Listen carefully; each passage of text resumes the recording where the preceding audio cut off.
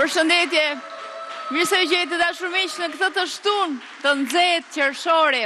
Uroj që t'ju afreskojmë pak disi me temën tonë e cila në fakt na kthen në një kohë, mund quhet një periudhë e freskët e jetës, siç është ajo e shkollës së mesme dhe do të na lënë pikërisht te kujtimet e maturës. I gjithë viti është një vit shumë i rëndësishëm, në cilin duket se përqendrohen dhe mblidhen gjitha forcat për çdo që është në këtë moment të jetës, qoftë për sa i përket të studimeve, qoftë për sa i përket mbylljes së një kapitulli të rëndësishëm të jetës, duke u bërë gati gjithashtu për të çelur një tjetër të rëndësishëm në jetë. Kështu që do të kemi një bisedë shumë të këndshme me të ftuarit tanë, secili do të ketë rrëfimin e vet, kujtimet e veta, momentet më interesante, më të veçanta, pa diskutim do të përmendim mbrëmjen e maturës, sepse është një tjetër moment i paharrueshëm në jetë, besoj për gjithë ata që kanë pasur mundësinë ta realizojnë edhe të jenë pjesë e saj. Kështu që do të kemi goxha gjëra interesante me të ftuarit tanë, po kështu do të kemi fjalime 90 sekondë të tyre, do të zbulojmë edhe do të kuptojmë se çfarë kanë zgjedhur sot ndaj me ne, cila është tema apo mesazhi që duan të përcjellin, dhe po kështu në pjesën e tretë do të kemi diçka të shijshme për t'i godësitur miq tanë, do ta zbulojmë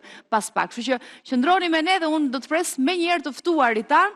E para që vjen në studion ton, ajo është eksperte e komunikimit, vjen Reila Bozdo, e presim.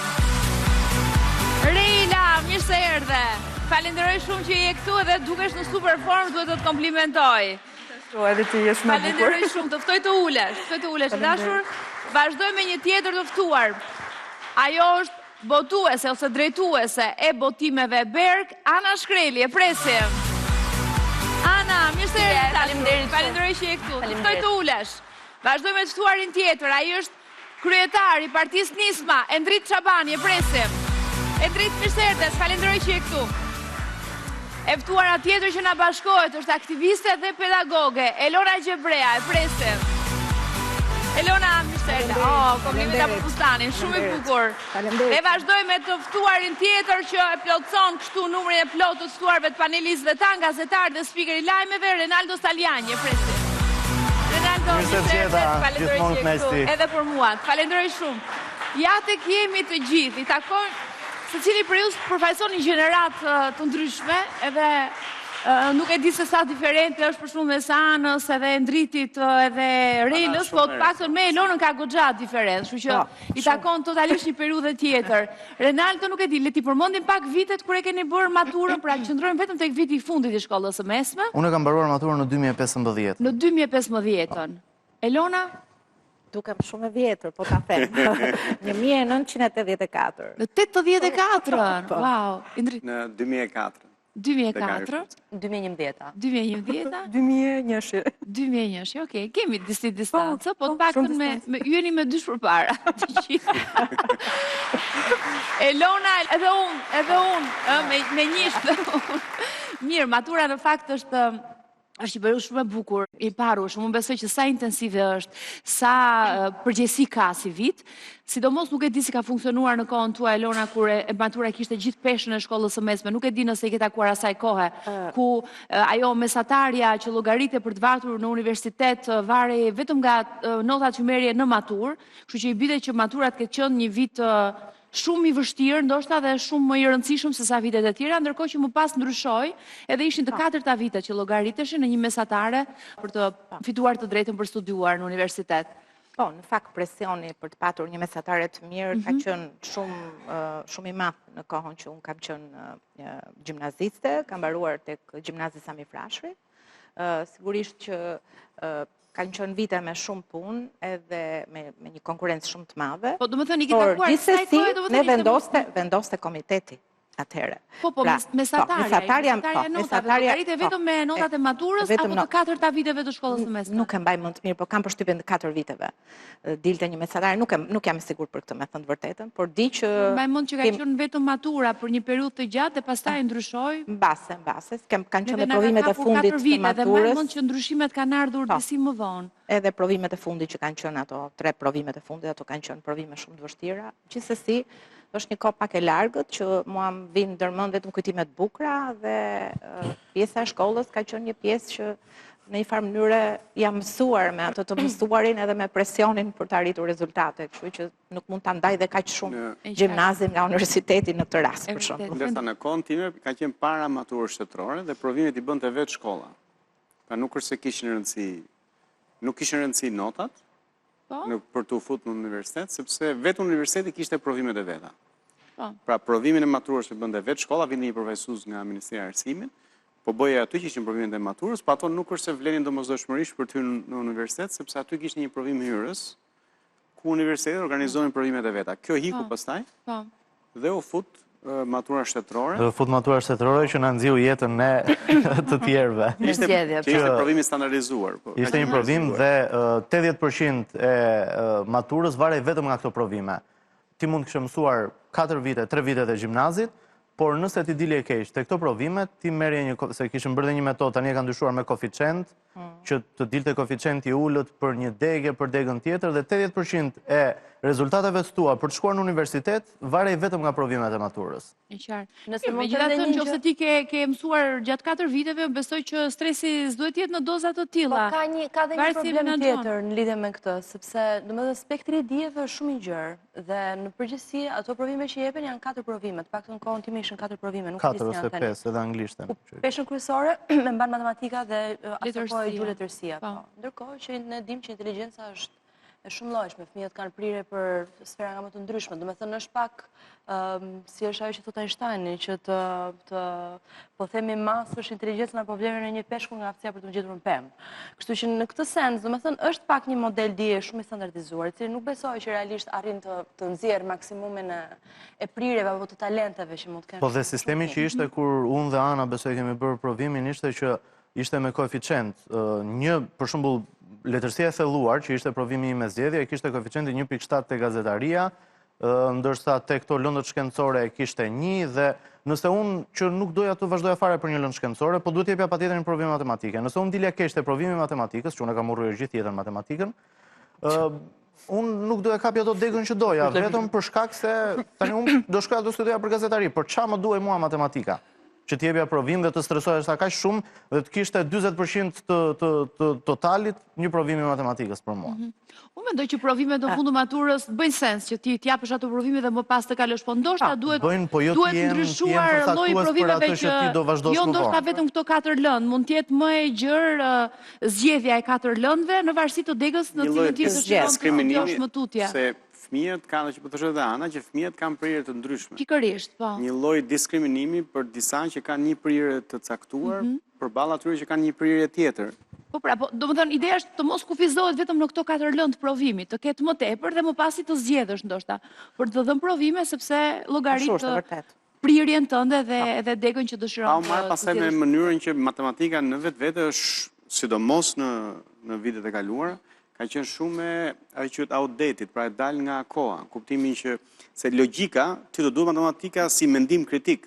Po nuk më duhen integrale dhe derivatet edhe matricat. Është më i gjerë se sa aq. S'më janë dashur kurrë. Dhe vetë matematika ka pas nevojë të reformohej. Sepse në çdo vend, edhe në Amerikë, edhe në Britani, edhe në vendet e tjera të Bashkimit Evropian, për të futur në universitet, padyshim pavarësisht degës, të duhet ketë mendim kritik, pra një lloj logjike të strukturuar, sistemike. Por del për te derivateve, për te algebrës, për te geometrisë, është më komplekse se sa aq. Kështu që padyshim këto janë vendime politike, po që ndikojnë pasaj jetën e. Po ky është edhe problem sistemi. Cila ka qenë lënda juaj preferuar në gjithë shkollën e mesme ose ndoshta edhe në maturë nëse do fokusohemi te këto 4 provime? Trela, si e kujton? Unë nuk kujtoj ndonjë lëndë shumë të preferuar, po ndoshta letërsia atë e bëja me shumë pasion, me drejtën. E kisha shumë dëshirë atëherë të bëhesha gazetare, e adhuroja gazetarinë. Pastaj gjeografia, historia, jo shumë tek matematika. Nuk kam shkëlqyer, nuk kam qenë një 10 axhie, mund të kem qenë një 10 me minus, një 9 në matematikë. Ana, kam përshtypjen që edhe për ty letërsia ndoshta? Po, letërsia, ndegët po themi shkenca sociale, më shumë letërsi, histori, që pastaj përkufizuan edhe atë që do bëja më mbrapa në një farë mënyrë, po ato, patjetër. Edhe madje ajo që është interesante është që ke provimi letërsisë ka marrë 9. I maturës, po nuk ka marrë 10 sepse dha ai. Shkëlqen, më tutje edhe gjithmonë historitë të parametrat ishin edhe në letërsi, kjo që po thoshte pak Endri, ishin shumë të standardizuar. Domethënë për shembull të bësh ta bazosh letërsinë, apo atë që është, po themi, mendimi kritik, empatia, leximi i personazheve në një provim i cili në 80% është me alternativa, pra është hiper i standardizuar, ka një problem në matematikën. Endrit, po ti, kë ke pasur? Histori, letërsi. Pastaj sigurisht. Që nga reshti kë. Pa ne mi ulë këtë vani. Ja të dalim Po ju kundërvjem unë pak, unë do them 2 lëndë që më pëlqeni dhe 2 që nuk më kanë pëlqyer. Do të thënë ato që ishin dhe në kundërshtim me Renaldon matematika dhe kimia, në fakt pastaj rrugtimi im mbajti drejt biokimisë diçka e ngjashme, ndërsa lëndët që s'ka pëlqyer ka qenë fizika dhe letërsia. Por letërsia për shembull ka qenë se ndonjëherë janë momente të caktuara që lidhen me një gjë. Për shembull kanë qenë hartimet. Unë hartime nuk kisha fantazi dhe ishte ajo pika që unë dështoja aty, bëja fjalime pak të thata në kënd vështrimin e logjikën time dhe ndërkohë kisha disa shoqe që ishin shumë të talentuara, se në fakt është dhe çështje talenti mendoj unë. Unë mendoj dhe çështje stili edhe çështje shijesh të po në atë kohë ne kemi qenë Rudina dhe se ti mund të kesh pasur një stil shumë bashkohor dhe mësuesja për shkakun ka kërkuar një stil shumë romantik. Vetë shkolla në atë kohë ne ishim shumë të kornizuar, kështu që nuk kishim shumë hapësira në fakt. Por gjithsesi, përsëri talenti është fakt. Kështu që unë këto janë që mbaj mend. Mbase mund të jetë lidhur pak edhe me pedagogun apo me mësuesin, po flas me gjuhën. Është me lidhur me mësuesin që ta jep një lëndë. Që ta jep lëndën, që ta bëj, për shembull, në fakt mësuesja jonë e letërsisë, Natasha Milkani, po e përmend me emër sepse ka qenë një mësuese shumë e dashur, zysha ime kujdestare, ka qenë shumë e talentuar edhe shumë pasionante. Kështu që sigurisht që unë më pëlqente mënyra se si shpjegohesh mësimi, por në një farë mënyrë e mbaj mend që ka pas të lidhur me një element çik të vogël këtë gjë, po jo se detyrimisht që ishim të detyruar të mësonim dhe të studionim shumë. Është vërtet kjo se si nga një herë rastësia e një mësuesi të mirë në shkollë mund të të përcaktoj gjithë drejtimin në jetë që mund të marrësh. Dikimi është aq i fuqishëm kur është një mësues ose mësuese që ti e adhuron, që e dashuron lëndën pikërisht për hir të pedagogjisë të shkëlqyer që mund të ketë vetë mësuesi.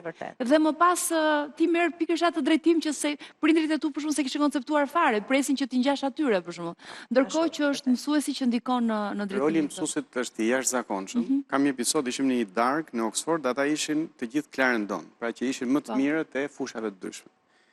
Edhe nisi një diskutim me tavolina vogël dhe bëm një test me të gjithë, pa përjashtim, të gjithë ata që ishin aty më të mirët e fushës vet, mësuesin e preferuar kishin pas në gjimnaz atë të lëndës. Pra nëse ishte biokimist, kishe pas mësuesin e biologjisë. Nëse ishte historian, mësuesin e historisë. Në atë moshë është e jashtëzakonshme ndikimi që ka një mësues i caktuar në një lëndë caktuar. Fatkeqësisht dhe e kundërta. Pra kur ti thua mua nuk më pëlqen letërsia, mund të ketë qenë fatkeqësisht një mësues me stil tjetër, me një mungesë të caktuar që të ka krijuar dhe aq më tepër që gjithë është e lidhur zinxhiri. Pra, po e humbe letërsinë në vitin e parë, nuk e kap dot vitin e dytë, ose matematikën vitin e parë, vitin e dytë, të tretë këtu me radhë. Kështu që mësuesët kanë një rol të jashtëzakonshëm edhe në karrierën pastaj dhe në jetën që ka individi, jetën profesionale, pa jo vetëm profesionale. Mirë, duhet ta kombinojmë pak bisedën tonë edhe me fjalimet në 10 sekondë, kështu që do të kalojmë në një tjetër temë, le të themi, për të shkëputur pak nga matura. Unë nuk e di në fakt cila është tema që ka zgjedhur Ela, po do doja të ftoja në folkloren tonë. Endriti kam përshtypjen do a ketë net tashmë. Spesoj. Duar të marrë pozitiv. Rela Bozo, 90 sekondat janë të gjitha të tua, ti ta ndjekim. Sot dua t'ju flas për një udhëtim. Është një udhëtim jete, i cili është gjithashtu i mbushur me eksplorim. Është kërkimi i vetvetes, kërkimi i identitetit, kërkimi i përseve në jetë. Sot dua të flas për adoleshencën. Unë si shumë prindër të tjerë të brezit tim, mundet që të kemi dhe kemi fëmijë adoleshent. Adoleshenca është e mbushur me kontradikta. Adoleshenca i vë fëmijët në rrethana të çuditshme. Ata ndihen të rritur, por ndihen gjithashtu edhe fëmijë. Ata kërkojnë liri, por e ndjejnë nevojën për një siguri, për dikë që ta kenë pranë. Është një moment shumë i vështirë dhe për prindrit dhe për adoleshentët. Kështu që apeli im sot lidhet pikërisht me këto dy palë, të dashur prindër. Nuk ka nevojë që të dini patjetër me saktësi se çfarë duhet i thoni fëmijës tuaj. Boll, mjafton që të jeni atje. Adoleshent, nuk ka rëndësi që juve ta kaloni patjetër vetëm dhe të tregoni forcën tuaj përmes vetmisë. Ju duhet të jeni kurajoz dhe të kërkoni mbështetjen e prindërve tuaj. Keni parasysh një gjë, që jeta është një sfidë. Kjo është një luftë, kjo është një stuhi e cila ndërton rrënjët e një të rriturit të fortë. Dhe si në çdo stuhi, ka nevojë për një streh. Le të jemi ne, prindrit, mësuesit e pedagogët, streha për të cilën ju keni nevojë. Faleminderit Rela. mesazh shumë i rëndësishëm, pa diskutim ky. E po, ti ke vajzën adoleshente, si ka ndryshuar adoleshenca jote tani me të sajën? Ku ndryshon më së shumti, nëse mund ta bësh dot një krahasim, nëse e shet dot veten tënde tashmë nga lart si adoleshente që ke qenë? Ndryshon shumë, Rudina. Ndryshon koha në cilën neve jemi rritur, si është konteksti kohor, rrjetet sociale, interneti, informacioni që ata kanë, dhe çfarë bënim ne. Unë për shembull kur isha adoleshente punoja në radio. Pastaj fillova punën në televizion. Pra, praktikisht çoja para në shtëpi. Punoja me honorar, etj. Sot fëmijët tanë kanë pasione të tjera, nuk e shikojnë punën, madje kishim një etje të paparë për të shkuar në punë, dua të punoj, të sjell lekë, të fitoj lekë, të kem një kështu, të kem një ashtu. Sot fëmijët nuk e duan këtë. Vajza ime mua më surprizon, më thot për shembull që nuk ka nevojë që të kemi një shtëpi të madhe. Nuk kam të tilla ambicie. Dua që të bëj gjërat që dua dhe të kem mental health, të kem shëndet mendor. Po, ti mendon që ka gabim ajo nga Jo, ajo është rregull. Jo, është rregull. Po, kushta që se ke gabim edhe ajo. Unë kam gabim. Po flisin vetëm që ato janë totalisht të ndryshme, edhe për jetimet. Por, shiko, duke punuar, duke qenë më shumë aktiv, ne kemi qenë aktiv, nuk rinim dot në telefon, nuk rinim në divan shumë gjatë, se nuk ishim çfarë të bënim në divan. Pra, rinim jashtë, dilnim me shoqet, bënim xhiro në blok, në bulevard, etj. Këta kanë jetën çik më sedentare, dhe prandaj duhet edhe sport. Jemi duke parë ndërkohë fotot e tua, të cilat i takojnë periudhës së maturës. Kjo është festa e maturës. Ky është autobusi në cilin neve po shkonim për në maturë. E solla këtë foton këtu me këtë fytyrën kështu si të çuditshme, vetëm për të parë pak grimin. Sepse ka një moment të jetës, sidomos në mbrëmjen e maturës, ku ne kemi nevojë që dukemi më të mëdhenj, të bëjmë më shumë tualet, të bëjmë thonjë etj. Edhe them është një ditë lirie, le temi, ku lejohet çdo gjë, edhe ato ai truku i cili më herët ndoshta ka qenë. Do t'jesh një çik më i rritur, do t'jesh pak më i rritur. Unë aty kam pas flokët e shkurtra, edhe ajo goca parukire më ka kap me ca kapse. Nuk e kam bërë shumë të rënduar grimin, në fakt e mbaja mend më të kallangjosur në memorie. Edhe juve më çuat që ti shikoja këto fotot që i kisha pothuajse haruar. Është data 4 korrik e vitit 2001. Tani një i ri që i shikon këto foto, thot pse duhet publikuar një foto e tillë e shtrëmbër, ku gjithë personazhet janë të shtrëmbër, po themi në mimika. Sepse atëherë njëherë shkrepej fotografia, printohej, ai nuk e shikonte.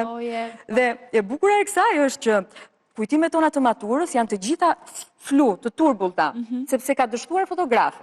Pra, kjo që nuk duket asnjë gjë, këtu është gjithë grupi, që prap nuk duket ndonjë gjë. E me gjitha të sa të shtrenjta e në ato kujtime e ato fotografi, ka qenë një proces shumë interesant, ti e bëje foton, nuk e shifje, nuk e shikon foton, e qoje për ta zbardhur filmin, ata ekspozonin dhe merre të nesme, por merre vesh që shumë vonë dhe kishte 24 ose 36 poza do, aq ishte mundësia. Po. Dhe pastaj kjo është fotoja pas fustanet. Tani unë mora një shoqe në telefon, se nuk e mbaja mend të gjithën. Thosha, po ne ku fjetëm atë natë? E bëm në Durrës. Tha jo, nuk fjetëm moj ne hypëm në autobus, aty u ndruam, veshëm rrobat e tjera dhe dolëm në plazh. Në plazh, direkt, në vazhdimsi. Dhe po, ishte vazhduar. Në promesë të maturës. S'maja mend që neve të kishim fjetur gjëkundi.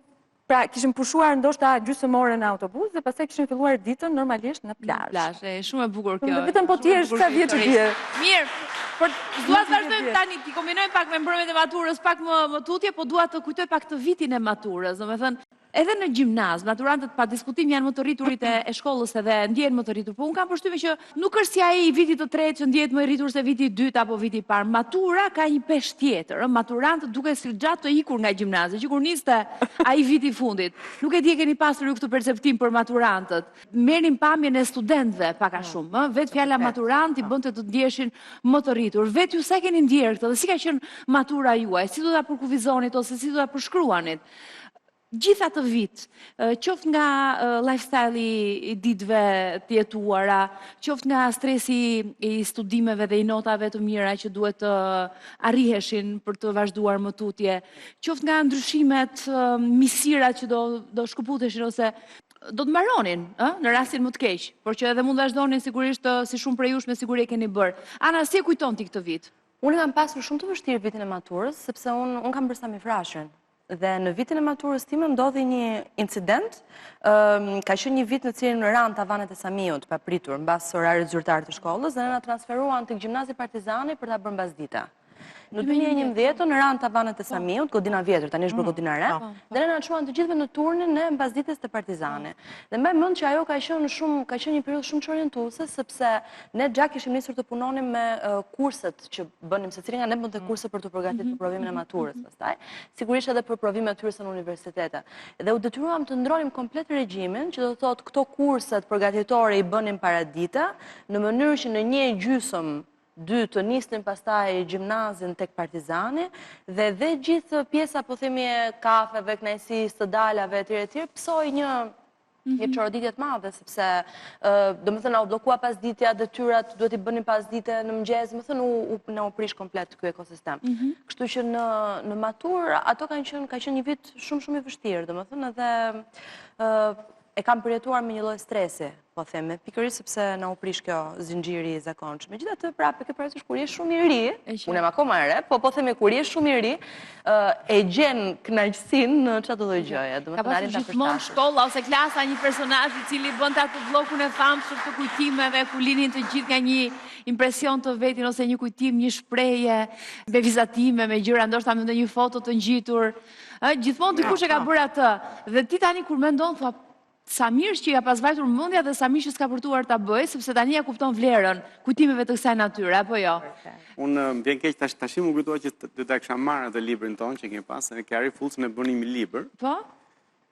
Edhe ajo që shkruan aty gjithë shkruan në një shprehje. Unë kam shkruar shumë vet u munduan të ma nxin jetën, po më çliruan nga detyrimin për t'i dashur. Është pak cimike kjo, le të thënë. Jo, tregon gjendjen psikologjike që kisha në fund të 5 viteve të Harry Fullsit, sepse unë që kam qenë shumë rebel, kam pas lopë gjata. Dhe nga aty filloi konflikti. Wow. Pas ke qenë rocker, jo rebel, pas ke qenë rocker. Jim Morrison duket. Po qente Jim Morrison në shkollë prandaj.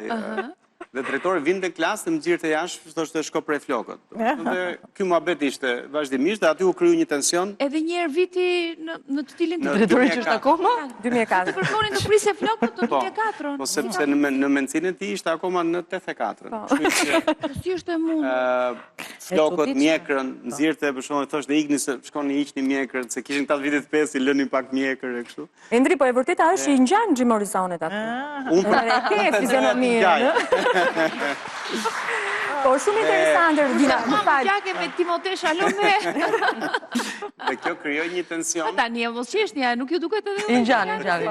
Më shumë me Timothée Chalamet. Një Timothée mesdhetar, do thoja. Kjo është dhe më imët në përtu dhe prandaj edhe modeli flokëve Kjo krijoi një tension që në fund fare, në ceremoninë e diplomimit, unë nuk i dhash dorën drejtorit, u kriju prapë aty dhe një incident tjetër. Pra ishte e cila nisi gjithën prej flokëve. Pra pas ke pas një sens opozitar që në ato kohë. Se dhe unë kam pas të tilla episode gjatë jetës. Unë kam pas më herët. Sikur qëndron shu brenda. Të Kam kundërshtosh. pas që fillon që në familje, që ta tolerojnë këtë rebelizmin, pastaj shkon në shkollë dhe aty kulmoi. Po që gjendja psikologjike në fund të shkollës ishte që doja t'ikja, sepse isha rënduar shumë me këto tensionet. Unë atë kohë kam patëm themelu dhe i gazet, dhe gjëja parë që bënim, flisnim kundër drejtorit. Drejtori e lexon te gazeta? Po, pas desta lejon të më të shpëndaj. Drejtori po shef dhe këtë emision. Me siguri. Kështu që këto tensione... U bëhet drejtori. Po, Rudina, ka dhe një tipar tjetër, i cili bashkon mua me Endrin, edhe besoj se edhe ai e ka ndjerë. 5 vite shkollë mesme, unë kam bërë teknikën ekonomike, Endri pas ka bërë Harry Fullsin. 5 vite janë shumë, me qënë se pyetja juaj lidhe me vitin e fundit. Shumë të rritur për të qenë akoma. Ishim jashtëzakonisht të rritur, sepse në vitë 4 edhe të sheh gjithë shkolla si më i rrituri, po pastaj je komplet gjyshi shkollës në vitin e 5. 19 vjeç. Dhe do vetëm tikësh nga ajo shkollë, ndërkohë që shokët e tu janë në universitet, ti vazhdon të jesh në shkollë të mesme. Dhe ti e refuzon trajtimin si fëmijë. Rebelizmi është dhe më i madh pastaj sepse ti e refuzon atë pozicion. Kjo është, unë kështu e mbaj mend, po Harry Fullsi ka pas një të mirë që nga që ka qenë shkollë me provim hyrës, kishte një filtrim që në disa shkolla tjera nuk i kishte. Dhe për mua ka qenë transformimi i jetës, sepse unë vija nga lagja Alidemi, një pjesë shumë e madhe e shokëve të mi, nuk mendonin që do shkonin në universitet. Në fakt, në një farë kohë edhe unë mendoja që do merresha me drogë kur tritesha. Se ky ishte modeli. Domethënë ne ishim 10 vjeçar, 12 vjeçar dhe ata që shikonin me të suksesshëm ishin këto që vinin me makina që merreshin me drogë. Dhe nuk mendonin që do shkonin në universitet. Kur unë shkova për Kari Fulcin në vit parë, mësuesja tha, unë besoj që ju gjithë do shkoni në universitet. Unë mendoja që se kishte me mua, e kishte me të tjerët. Pra, nuk kishte pritshmëria. Dhe pavarësisht se tash unë po ankohem për këtë rebelizmin e Kari Fulcit, struktura e shkollës, shoqëria aty që ishin gjithë studentë të cilët vinin, kishin kaluar një filtr, e merrnin seriozisht shkollën, librat ishin anglisht, ishin shumë të mëdhej, nga që këta nuk gjenin do të libra të shkollës mesme, në disa raste ne kishim libra universiteti. Kështu kam studiuar për elektronik. Ne kishim libra të universitetit, shokët e mi që vazhduan për elektronik, pothuajse kishin një gjëra edhe në universitet. Fizikën, për shembull, ne kishim fizikën, mekanikë kishim goxha. Ka qenë një shkollë e vështirë, apo jo? Për mua ishte shumë vështirë. Fakti që unë vija me disa mungesa nga shkolla që kisha më përpara, e bënte edhe më të vështirë. Por ndërkohë pastaj ajo të shenjon jetën, të shenjon dhe të mendimin kritik. Elona, si ka qenë një ditë e zakonshme një maturanti? Kanë kaluar shumë vite, Rudina, po gjithsesi unë mbaj mend që, domethënë, disa detaje, për shembull, fakti që shkonim në shkollë së bashku me shoqet. Për ta komentuar pak me që sa po doli kjo foto dhe të t'imagjinojmë në atë periudhë. Këtu je, no? Kjo ishte e vetmja foto që mund të gjeja dhe jam trishtuar shumë se thash si ka mundësi që nuk po gjej dot asnjë foto tjetër, kisha idenë që kisha disa foto, këtu është tek Skënderbeu, aty ku gjithë bënin foto. Dhe jam me dy shoqe, Rozana edhe Mirela, këtu ishin goca Xhaxhai në fakt. Dhe ishte koha e maturës. Kjo është fillimi i maturës. Ndërkohë që në fakt neve mbaj mend mbrëmjen e maturës për shembull, si një mbrëmje që ne filluam të kuptonim çik pak si më lirshëm dhe në një farë momenti mësuesët në hapën dritën, se u duk sikur ne po kalonim normat. Pra, domethënë kujtoj disa gjëra në fakt që nuk më lidhin me atë presionin dhe atë rigiditetin që kishin mësuesit asaj kohe, që ishin shumë të mirë në profesionet e tyre, por shumë të ngurtë për sa i përket marrëdhënieve dhe shumë strikt. Sigurisht, unë në fakt ne kemi qenë disa klasa paralele dhe unë në fakt për rrethana të caktuara krijova shumë miqësi me disa shok apo shoqe, po i them me këtë emër tani, nga klasat e tjera. Dhe sot e kësaj dite, e kam sjellë një fotobiles, neve mblidhemi një herë në vit për të kujtuar shoqërinë e gjimnazit. Vetë, domethënë, na selektoi, si të thuash, ai kimia që kishim me njëri tjetrin dhe e ruajtëm të tillë. Është kjo foto që ti ke sjellë sot? Që ne mblidhemi çdo vit, madje dy nga këta shokët vinë edhe nga jashtëtit dhe çdo vit, fillim vitit të ri, ne mblidhemi së bashku dhe festojmë. Dhe këto, ne për shembull të gjithë kemi qenë, këta janë në fakt shumica nga e njëjta klasë, nuk po i përmend emrat, besoj, ndoshta Edi mund ta njihni si person në publik, Shalsi. Po, e Shalsi. Shalsi, po. Dhe Eni, Edlira, Manjola, Gëzimi edhe Artan Kotro. Këta kanë qenë... Keni qenë të gjithë të klasave të ndryshme, po ama gjithmonë e njëjta maturë, apo jo? Po, e njëjta maturë, matura 86. U bashkua, diçka ju lidhi, diçka ju ngjiti. Shiko, edhe vazhdoni dhe sot ta keni misim. Për shembull, kujtoj një detaj me shoqet, cilat ne për shembull kishim këtë të detyruar që të rinim një ditë, kështu si po themi dezhur në ushtarak, nuk e di nëse mbani mend apo ndonjë nga ju e ka përjetuar këtë. Dezhur po ushtarak jo. Duhet të rinim të veshur me rroba ushtarake. Dhe kjo për shembull ishte një nga rrethana që mua më lidhi me shoqet, thash, me Edirën, me Manjolën edhe me Enin, dhe në këtë mënyrë arritëm që ta gjenim atë miqësi. Sigurisht edhe aksionet të shkollës së mesme. Aksionet, po, të shkollës së mesme dhe në fakultet. Nga ne si ka përjetuar aksionet të shkollës së mesme. Edhe në fakultet pastaj pata fatin që të kishim këto praktikat mësimore që i bënim, me qenë se unë studiova për biokimi, ne i bënim jashtë Tirane dhe shkonim në Lezhë, në Vlorë, për të mësuar për pjesën e zoologjisë, botanikës. Cila është një gjë që ke mësuar në aksion, edhe kujton dhe sot edhe këtë e kam mësuar në aksion? shiko, ne zgjimi shpejt dhe ajo zvarritja në mënyrë shumë të shpejt që ti të performoje mirë. Dhe ndërkohë e qeshura e madhe që ti duhet të bëje, të heci dhe të bëje sikur po ndihmoje në atë përballjen me armikun, po dhe ndërkohë ishte një fan i papar. Pra ke mësuar të aktrosh në aksion. Për aktor. I papar. Ke mësuar të aktrosh, e bukur. Mirë. Ana, do doja të të ftoja në foltoren tonë, në 10 sekonda, një fjalim nga ta. Radha ime. Të të shojmë se çfarë ke zgjedhur ti për të ndarë me ne sot. Ana Shkreli.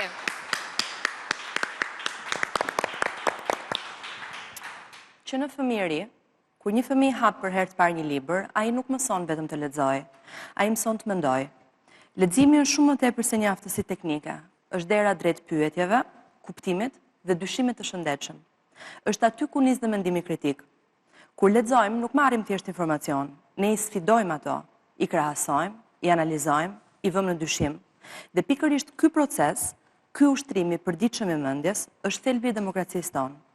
Sepse një qytetar që mendon kritikisht nuk manipulohet dot lehtë. Ai nuk i beson verbërisht lajmeve, autoriteteve apo rrjeteve sociale.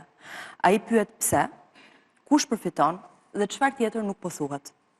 Në një shoqëri demokratike, liria e mendimit nuk mjafton, duhet dhe aftësia për të menduar. Dhe ajo ngjizet pikërisht nëpërmjet leximit dhe shpenzimit të kohës me veten, mbase edhe duke kaluar ato minuta që ndryshe do të quheshin të mërzitshme. Pra, pa distraksione apo gjëra që na e mbushin kohën me lëvizje, me tinguj apo me imazhe të cilat shpesh na mpin. Për këtë arsye është shumë e rëndësishme që të gjithë prindrit, edhe ata të cilët vetë mbase nuk gjejnë kohën të lexojnë, ta nxisin leximin tek fëmijët për të pasur nesër pas nesër qytetarë më të përgjegjshëm, të cilët do të mendojnë si komunitet dhe jo si individ. Faleminderit. Shumë i bukur edhe mesazhi Anës, pa diskutueshëm edhe gjithmonë tepër i rëndësishëm. Sa më shumë ta themi, aq më e rëndësishme është në fakt edhe aq më shumë ndikon, se unë besoj që një nga gjërat më emergjente që ka shoqëria jonë është pikërisht leximi, të edukuarit e leximit, nga i cili duket se po largohemi gjithnjë më shumë. Kështu që sfida bëhet gjithnjë më e vështirë në fakt. Dhe duhet të fol gjithmonë më shumë. Dhe duhet të fol gjithnjë më shumë, është e vërtetë. Ne do të kemi publicitet, do të rikthehemi në pjesën e dytë për të vazhduar me ftuarit tanë, me fjalimet e tyre dhe sigurisht pjatën e shefit në pjesën e tretë. Themi shpejt publicitet.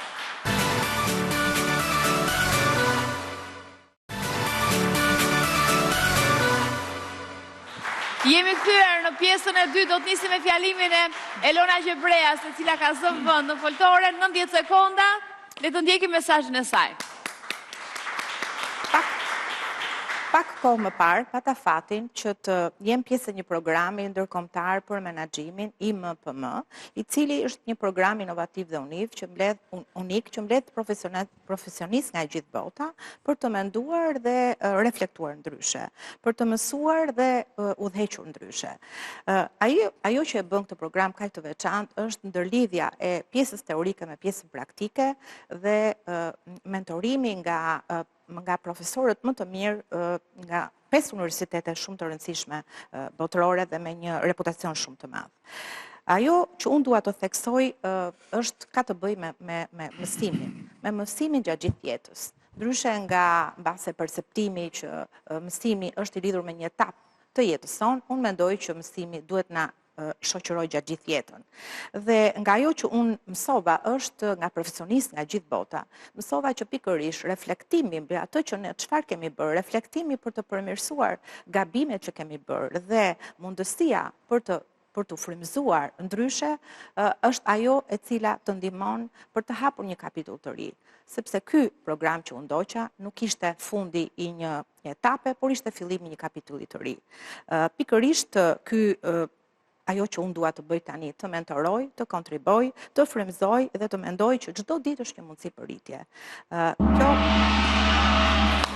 Gongu na thotë që mesazhin në fakt është dhënë, është marrë, kështu që falenderoj. Faleminderit juve. Falenderoj. Ndërkohë i kthemi maturës, mbrëmi maturë tjetër, se Reina edhe Elona na treguan Kush ka bërë tjetër mbrëmje maturë? Ana, ke bërë ti? Unë mbrëmje maturë, unë nuk kam shkuar ke mbrëmje maturës, sepse doja të shkoj në një fest që më duke më interesante, që ishte me njerëz më të rritur, edhe aso kohë mbaj mend që i gënjeva për Je penduar tani që Jo, nuk jam penduar. Unë përgjithësi nuk mendohem për asgjë, nuk e di, duhet të jetë met karakteriale kjo, por nuk mendohem.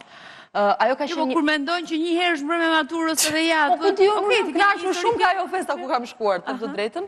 Ka qenë kështu një si fest private në një vend që ishte larg Tiranës, si prindërit do më kishin lënë kurrë të shkoja, etj dhe se ç'ishte kështu, tash kur e shoh duket një atmosferë shumë ezoterike, në fakt nuk ishte aq ezoterike festa. Ti u justifikove me mbrëmjen e maturës. Qartë dhe shkove në nuk shkova. Nëse prindërit mi do shohin këtë emision, do ta zbulojnë këtë gjë sot. Akoma nuk e di. Ata do pendojnë që të lanë. Ata do pendohen shumë, që më kanë besuar. Dhe jam kënaq pafund, sepse si Endri, apo ku di unë, shumë njerëz të tjerë, dhe unë kam qenë fëmijë veçanërisht rebel, dhe në atë periudhë nuk kam pas shumë mirë marrëdhënie me prindrit, edhe u përballesha në atë periudhë me një sër ndalesash, sepse dhe kisha abuzuar pak me lirin, të them të drejtën, kështu që në atë festë nuk më lejonin të shkoja, dhe sa ajova këtë historinë që ishte mbrëmja maturës e më radhë. Atëherë nuk ishin gjërat shumë të verifikueshme, se nuk kishte rrjete sociale, njerëz si postonin, e kuptonin se shumë më e lehtë e gjitha, unë s'kisha smartphone aso kohë, kisha një Nokia të vjetër. Kështu që e mbaj mend me shumë qejf, sepse mbaj mend edhe këtë aventurën, po theme, të arriturit deri aty në mënyrë sekrete, kthimin vonë me radhë. Kështu që unë nuk kam qenë në festën time të maturës, kam qenë në një festë maturë të një tjetër lloji. Po si kujton misin tënde, vajzat edhe çunat e klasës që u përgatitën për mbrëmjen e maturës. Me shumë kënaqësi. Ajo ethet e veshjes, të krejjes, të përgatitjes. Po unë kam qenë, te shokët e mi e kam ndier, unë kam qenë në një kategori, më na atëherë na quanin metalar. Në sensin që ne nuk ishim shumë cool, nuk ishim shumë shik, unë nuk se kam qenë një njeri shumë e famshme në gjimnaz, po themi, kam qenë i përkisja një kontingjenti tjetër, të cilët besoj që vazhdoj për kasët e sot, po. Dhe këto ethet e përgatitjes nuk i kam dirë, po kam pas shoqe, shumë të dashura, Kristina, për shumë, ose Anja, që janë dy shoqet mia shumë mira, cilat ishin shumë vajzërore në stilin e tyre, dhe mbaj mend që, do të thënë, merreshin fustane me qera, shkonte dhe paguaj grimi që do bëj në parukeri. Siç bëhet edhe sot, siç vazhdon të jetë edhe sot. Po shumë është normalizuar, për shembull, me motor që është më e vogël. Sot për shembull në shumë njerëz duket normale që ti del një fundjavë diku dhe shkon e bën grimin profesional. Në periudhën time të maturës nuk ndodhte kjo gjë, domethënë njerëzit do bënin tualetin vetë në shtëpi në përditshmëri. Dhe kush e bënte kështu duke i egzageruar. Duke i egzageruar, por në mbrëmjen e maturës paguaja i 50.000 lekë që bëshin flokët. Ka qenë ky varianti që kapeshin flokët me elastik mbrapa që të tërhiqeshin sy, domethënë ishte e gjitha një përgatitje shumë madhështore për të arritur në atë pikë. Që sot duket shumë normalizuar, sepse unë, për shumë edhe shoh vajzat kur dalin sot, ku janë ca klabet, famshme, kështu kur i shef, ato duken realisht të veshura për mbrëmje mature. Ndërkohë që në kohën time kur dilin maksimumi që mund bëj vishësh një paltaka që ishte ndryshe, por njerëzit vazhdonin dilin me xhinse, me t-shirt. Po dhe ajo mendoj që ka pas bukurinë e vet. Shumë bukuri. Unë mendoj që ajo ka pas shumë bukuri, se nuk ka qenë pjesë e një industrie, nuk ka qenë pjesë e gjitha njerëzit dukeshin seri. Po, tani është e çik, njerëzit duken pak seri. Pak nga ndërhyrjet kirurgjike, pak nga tualeti që e bëjnë të gjithë një lloj, domethënë të gjitha vajzat duken si ana gjata, se kur ndiqet moda të gjithë duken njësoj pastaj. Kështu që janë kur i dëgjoj të gjithë këta, them sa me fat janë dhe që nuk e din kohën që ne kemi jetuar. Se sa e vështirë ishte për shembull që gjej një fustan apo qoftë imagjinoje që mund të lyeshe, unë do t'ju them vetëm dy rrethana të vogla, e para për fustanin mbaj mend që ka qenë një vështirësi shumë e madhe dhe di që kishte një copë që ja kishte dhënë babai dikush dhe gjetëm me miqësi një njerëz një grua që të ma qepte. Megjithatë e shikoja që kishte një gjë që rinte pak si copë e fortë kështu, i thash sikur s'po pëlqen kjo copa, ç'është kjo gjë? Si përfundim më vonë thot mamaja, dëgjoj se kjo më duket se është copë perde, tha. Po kjo ato të krasha, unë do me thënë një gjë kështu si roz, me bozhur, me kështu, do me diçka do me thënë që ndjeja që ishte diçka që shkonte. Pas këtë historinë të gjashme. Po, dhe kjo e para. Roz për roz, mos arrim dhe këtë detaj. E dyta ka qenë një detaj që kisha një shoqe unë Aurora Katje, ishim afër komshien e, ajo kishte mamaja kishte shkuar jashtë shtetit e kështu ishin në evenimente në ato moment, po ta shiko se unë kam rimel, kështu që hajden juve shoqet e ngushta, vetëm juve, se ishte një rimel që ruhesh, domethënë mos përdoresh, që vetëm të lyeni pak qërpikët me rimel. Dhe kjo ishte i vetmi luks, po themi, për kohën tonë të maturës. Ka që thjesht për të treguar diferencën dhe për të mos u ndjerë keq që nuk ishte tualet të rëndë. Renato, po çunat ti ke bërë mbrëmjen e maturës? Po, e kam bërë mbrëmjen e maturës. Unë nuk e kam pasur mbrëmjen e maturës në Tiranë, dhe e kam pasur më të bukur se këta të Tiranës, se unë jam nga një qytet i vogël, Maliqi, dhe atje ishte festa e gjithë qytetit. Ne bënim një paradë në mes të qytetit dhe vazhdon akoma ajo tradita që llova vjet atje për mbrëmjen. Pas ke përjetuar atë paradën e mbrëmjes maturës. Edhe i gjithë qyteti që del në të dy anët e rrugës, edhe maturantët që parakalojnë aty në mes. Kjo është kur kemi hedhur ato kapelet e famshme. A kjo është një tjetër ditë, le të themi, është një tjetër ditë, po kur kemi mbyllur shkollën. Po ti na tregon pëftove në mbrëmjen e maturës. Ja, në mbrëmjen e maturës, si e këtu jemi siguri. Këtu jam të mbrëmja e maturës. Ti kështu sigurisht, do shtë në të shpinë. Ky kostumi ka një histori, se unë shkova bleva një kostum të zi, pastaj shkova në shtëpi, më tha motra çaj ke këtë kostum, sikur do shkosh në një vend kështu. Shkoj motra, e ndroj atë kostumin, më bleu një kostum tjetër, më ma ngjyra, edhe kemi pas një javë debate për kostumin.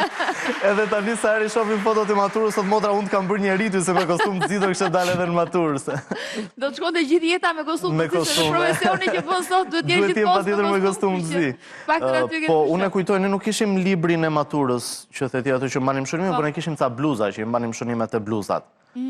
Se cili bluza me vitin, edhe unë e kam akoma të shtëpia e prindërve në Maliqi atë bluzën, që shkruanim se cili nga një shënim për shokun apo shoqen e klasës atje, dhe megjithëse akoma nuk kishin dalë këto degët për çfarë do studionim, unë e kisha ndarë mendjen dhe e dinte gjithë shkolla që unë do studioja për gazetari, dhe të gjithë mësuesit e mi ishin kundër që unë studioja për gazetari, familja kundër, dhe të gjithë shokët si për rebelizëm ndaj mësuesve ma shkruajtën te bluza që gazetar kështu, gazetar ashtu, dhe ajo bluza lexon më shumë gazetar se sa urime për vazhdimin e jetës. Në fakt, me që ma kujtove, në filmat shqiptarë, në fakt ka plot filma që rrotullohen rreth ngjarjeve, historive të maturës, të kësaj periudhe. Në vite të ndryshme, ka plot regjizor që e kanë lëvruar, le themi, këtë periudhë. Njëri nga më të famshmet është ai Ngjyrat e moshës, besoj e keni parë, i regjizorit Piro Milkani.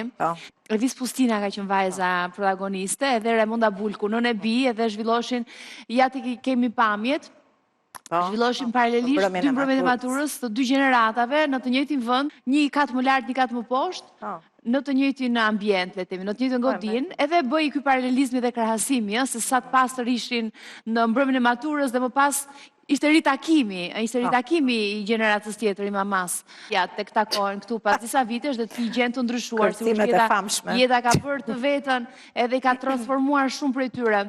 Por që është në fakt një mbrëmje tipike mature, për mua personalisht, në fakt ndoshta kam thënë herë tjetër, ky film është xhiruar me shumë nga nxënësit e gjimnazit Qemal Stafa. Edhe ka qenë koha kur unë kam qenë në atë gjimnaz, do të thonë unë kam qenë diku në vit parë në këtë periudhë kur xhiruar filmi, dhe pas regjia pas ka gjetur një foto time, kjo jam unë. Ja kishte surprizë për shumë për mua. Unë Anisa Markajan është pas, në Krash Redona, një shoqja ime tjetër. Dina, ke qenë e famshme që vajzë e re dhe unë... Shiko, unë u gjenda në televizion... Të ndiqja me shumë këshëri... Që në vitë parë në gjimnaz... Je shumë e talentuar. Kam përshtypjen po. Në atë periudhë u gjenda, më morëm për prezantuese dhe pastaj filloi historia. Ke prezantuar dhe disa festivale në Mosgaboj? Po, që në atë periudhë ka qenë në festivale. Gjithë gjimnazi, aty duhet të jem 15 vjeç. Gjithë gjimnazi Qemal Stafa ka qenë aty o figurant, o protagonist, dhe mua më duket kur shikoj atë film, sikur shoh totalisht kohën në periudhën time të gjimnazit, se janë po të njëjtat portrete nxënësish të shkollës, që ishe të angazhuar në xhirimet e filmit, dhe është një nostalgji e jashtëzakonshme, besoj jo vetëm për mua, por për gjithë gjeneratën time të asaj periudhe të gjimnazit Qemal Stafa. Kujtim shumë i bukur. Kujtime fantastike. Domethënë ti Rudina ke bërë dy mbrëmje mature, një herë për këtë filmin edhe një herë pastaj kur e vërtet. Maturës, unë isha këtu te pjesa e cirkut, por ata të mbrëmjes maturës ishin ata më të rriturit, që ne në gjimnaz i shikonim se ishin ato gocat e bukuroshe të shkollës që më të vegjëlit i shikonin me adhurim dhe që binin në sy, dhe të gjitha janë të angazhuara në këtë film dhe i ketë gjitha aty personazhet të filmit. Ka shumë portrete të njohura. Që unë vërtet nuk kam qenë nga mbrëmja e maturës, por kam qenë pjesë e një rituali që nuk e di tani sa bëjnë dhe në shkollat e tjera, por që ishte ajo lufta me miell dhe me vezë. Ka qenë e vonë kjo. A mbani mend ju? Ne kishim vetëm një gjimnaz në qytet, s'kishim e Ka më paratë, ka më paratë. Ne bënim fest, nuk bënim luftë. Nuk e di për sa breza ka vazhduar kjo, po di që domethënë ajo ishte luftë mes gjimnazeve kjo. Ishte luftë mes gjimnazeve. Diku para 10-15 vitesh më duket një gjë e tillë. Po, që bëj dhe tip si më thon ishte ne në Aram me Petroninin, ku diu se ishte një gjë dhe praktikisht u bë këtë në rrugë. Kupton? Ne vetëm mbajmë mend që atë më Unë kam kujtime shumë të bukura, meqense ne folëm për mbrëmjen e maturës. Rruga e gjimnazit ka qenë shumë e lezetshme, me të drejtën. Për mua është nga viti 96 në vitin 2001, pra 5 vite. Një nga gjërat më pikante që besoj këta njerëzit e brezit tim e kujtojnë, ishte çudia e madhe të shkuarit në disko para dite. E mban mend? Disko refleksioni. Disko refleksioni, disko krokodili, disko Monaco. Disko fillonte në orën 11. Bordurat e piramida. Mbaj mend bordurat e piramida. Po disko që në mëngjes, atë kemi pasur. Disko në mëngjes nuk besoj se ka shumë raste në vende të ndryshme të botës. Klasën për të shkuar në kinema. Dhe mbaj mend një herë aq nuk e di s'dit duhet jem e kujdesshme në fjalën që them, po aq rigid ishin pedagogët dhe nuk e di, domethënë besoj pak si jashtë normave, po sepse neve mund të na jepnin një mungesë. Po një mungesë, po kanë shkuar dhe kanë hapur dritën e kinemas. Sa kishte dal filmi Dora e ngrohtë, çfarë mban mend që ishte film shumë i famshëm atëherë dhe shumë i bukur në fakt. Edhe ne ikëm të gjithë, u bëm trima dhe lam klasën dhe vetëm orën e mësimit për të parë filmin se nuk gjendet. Ishin njerëzit në radhë për të futur e film. Dhe vinë dhe na hapin dritën e kinemas. Deri aty arrinte. Pa besueshme, si kisha duar këtë histori. Këtë e mbaj mend si detaj dhe na thirrën në klasë, pastaj duhet jepnim gjithë shpjegime pse lam klasën. Jo, dikush ka shqetësuar në këtë rast. Ne kemi ngjarje të ngjashme në shkollë, në gjimnaz, është të bërit grup, të qenin të gjithë bashkë. Dhe besoj që ky është shqetësimi, sepse keni shkuar gjithë klasa. Po kishte shkuar disa nuk është shqetësuar. Në momentin si revolt, klubi i vogël pastaj do bënte dhe paraqiste rrezikshmëri për kohën. Pikërisht. Po kjo më kujtohet. Edhe kujtime të tjera shumë të bukura për shembull gjatë gjimnazit, se më preke pak memorien edhe me këtë eksperiencën tënde në film. Ishte besoj në ato vite ka filluar Rin Festi. Rin Festi ishte një organizim rinor që bashkia bënte dhe është rikthyer tani. Është një nga gjërat më të bukura të asaj kohe. Dhe është shumë interesante se si unë dhe Drini Zeqo, që ishte në klasën paralele, prezantonim Rin Festin. Pra që atëherë kishim marrë një lloj orientimi pak më prezantues, më mediatik etj. Dhe ka qenë një farë kohë që u bë piramida, që ishte kulmi. Te piramida, po. Te piramida ishte kulmi aty aktivitetit, është e vërtetë. Edhe prodhonte shumë element. Shumë element interesant. Dy sisteme, se në 2004, se ju diskutoni për këtë fundin e maturës. Pra, një nga shqetësimet që kisha unë ishte që ne do iknim tani dhe do humbnim kontakte me njëri tjetrin. Një pjesë e atyre që ishin karifullë se shkonin edhe jashtë. Dhe vime idenë që të bëjmë një faqe interneti, që në atë kohë quajtur shkollat.net, ku të fotografonim të gjithë nxënësit e shkollës, pastaj filluam me gjithë gjimnazet. Facebook alla shqiptarë. Eksaktësisht Facebooku. Po pse se keni bërë pra? Ju amori. E ndërtuam, ka qenë nga faqet e para në Shqipëri në internet. Në atë kohë mbështeti dhe British Council, u bë dhe krijuam këtë faqen që ishin gjithë gjimnazistët. Shumë interesante. Bënë ca gazeta për gjimnazet. Imagjino ta kishit zhvilluar ju atë. Në atë vit është krijuar. Në 2004. Në atë vit. Facebooku kur ka nis 2005. Ka qenë njëtën kohë në dy periudha të ndryshme. Pari fullës nga që ishte vetëm një shkollë me internet në atë kohë, mëse s'ka pas internet në 2004. Ne ishim të parë që na vinte në mendje për të bërë gjëra të tilla. Dhe krijuam Facebookun tonë si thua, por që koha ishte periudha, situata ishte e tillë që mbeti me aq, zgjati 2-3 vjet dhe pastaj shumë për ne ishte gjithçka shumë primitive sepse ishim në hapat e parë. Njerëzit s'kishin internet, ishte me telefon. Kompjuter akoma. Do të kishe kompjuter në shtëpi, ta lidhje me telefonin e shtëpisë, me impulse. Ka qenë shumë shtrenjtë, pra nuk gjeti zhvillim, po ideja ishte eksaktësisht e njëjtë. Më i hershëm se ç'duhem. Interesante kjo histori dhe kjo ngjarje. Me që je këtu Endrit, do doja të të ftoja për fjalimin tënd 90 sekondësh. Cila është tema që ke zgjedhur? Dua t'i flas maturantëve. Endrit Çabani. Unë dua t'i flas maturantëve, po do flas më pak se sa 90 sekonda. Atëherë, maturant, bravo, keni mbijetuar zgjimin e mëngjesit, keni mbijetuar ato provimet 20 minutëshe, keni mbijetuar provimet e maturës.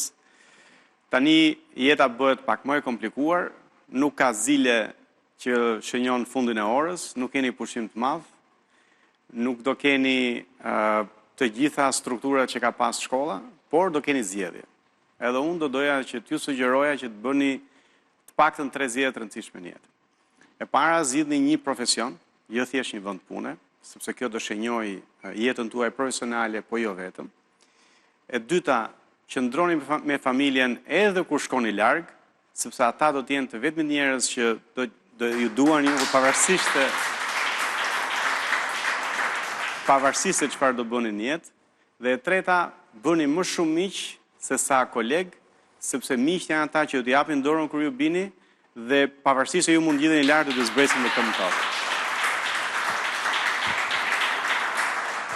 Dhe pavarësisht se çfarë do zgjidhni në jetë, ka një gjë që ju nuk e zgjidhni dot. Ju do jeni dhe duhet jeni vetvetja.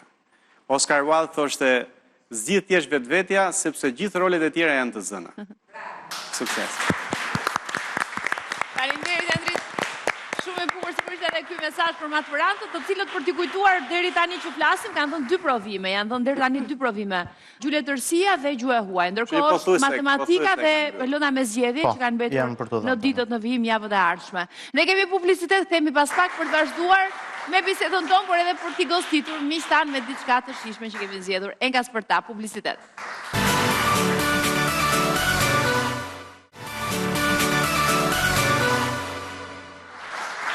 Jemi kthyer, le ta nisim me fjalimin e Renaldo Salianit, i cili ka zënë tashmë vend. 90 sekondat janë të gjitha për ty, le ta ndjekim çfarë ka për të thënë sot. Edhe unë sot dua t'ju flas të rinjve ashtu si Endri, por për një tjetër çështje që ata po i largon nga kjo jeta e përditshme, për internetin, për inteligjencën artificiale. Ne jetojmë në një kohë ku të rinjt sot, po dhe jo vetëm të rinjt, e matin kohën me algoritme, e matin kohën, e matin dashurinë me like, e matin pëlqimin me share apo me vëmendjen që marrin online.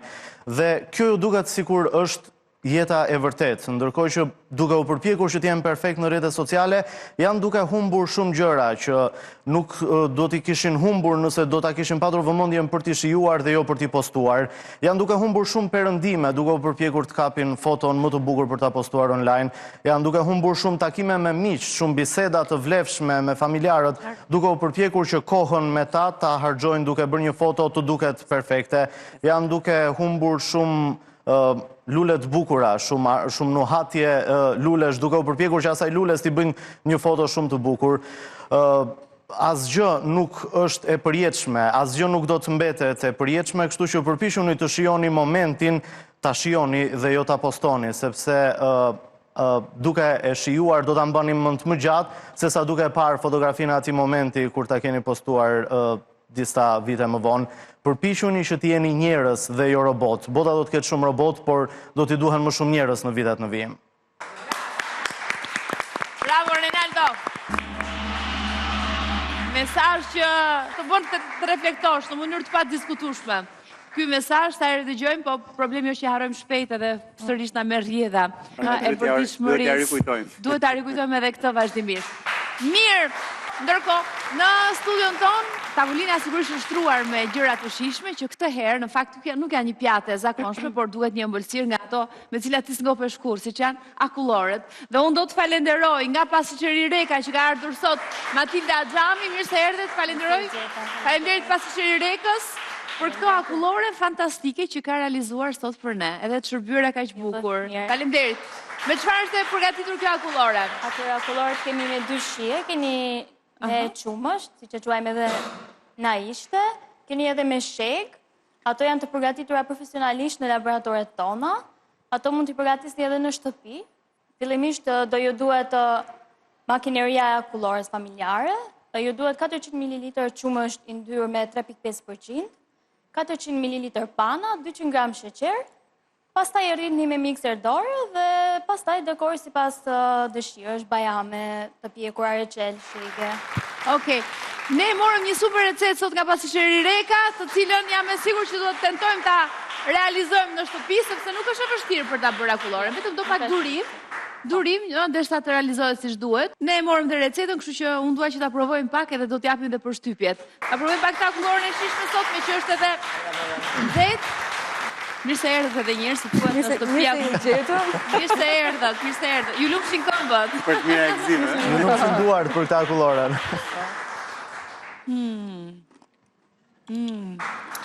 Shumë e mirë këngë. Bravo, Reka. Këto akullore tradicionale, që janë identike si akulloret e dikurshme, edhe është sa e letë, është e ndjeni sa e mirë? Shumë e letë. E ka sheqeri me shumë masë, mua këto akullore më pëlqejnë në përgjithësi.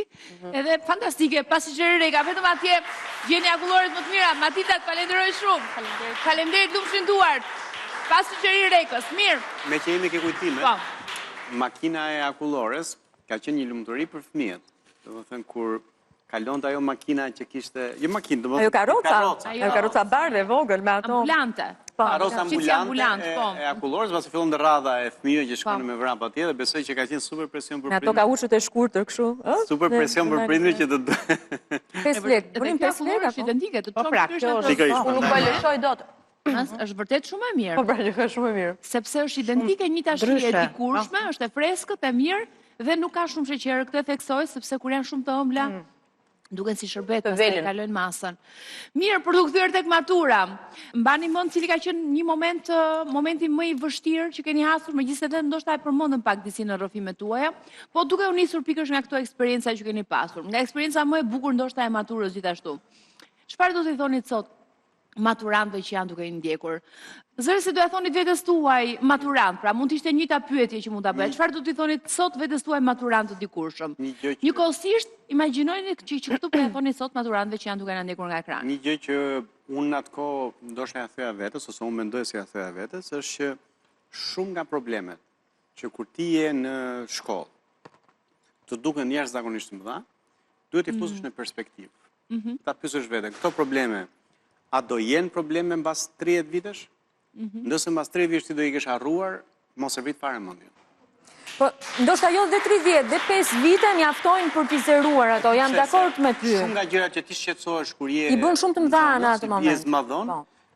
Mbarës 2 vjetësh marrën shkollën ti e harron se janë fare të rëndësishme. I bën shumë të mëdha, marrin shumë ankth, mua më vjen shumë keq shpeshherë për maturantët dhe për prindrit e tyre, marrin ankth për provime, sikur varet jeta nga ato provimet e maturës. Ato nuk tregojnë gjithçka në fakt për studentin, sepse është vetëm një moment. Ne japim shumë pesh gabimit, që në rritjen e fëmijëve të vegjël. Duhet ta ndryshojmë. Gabimi është shumë i madh, gabimi është shumë i rëndë, është faj i tmerrshëm dhe për këtë arsye, edhe duke u rritur ti e fajson shumë veten, edhe mezi del nga gabimet e tua për të mos i kushtuar ai shumë rëndësi për të vazhduar përpara. Ka dhe një detaj tjetër. Për shembull, për sa i përket prindërimit, flitet ndryshe, pra, fëmijët duhet të mësohen që gabimi është shumë okej, që shumë mirë bësh gabime, se po s'bëre gabim nuk mëson dhe nuk ecet përpara. Dhe le të bëjnë gabime që të mbajnë përgjegjësi vetë për gabimet e vet. E ke shumë më të lehtë pastaj ka përse çdo moment të vështirë gabimi apo qoftë edhe dështimi, nëse mund thuhet kështu.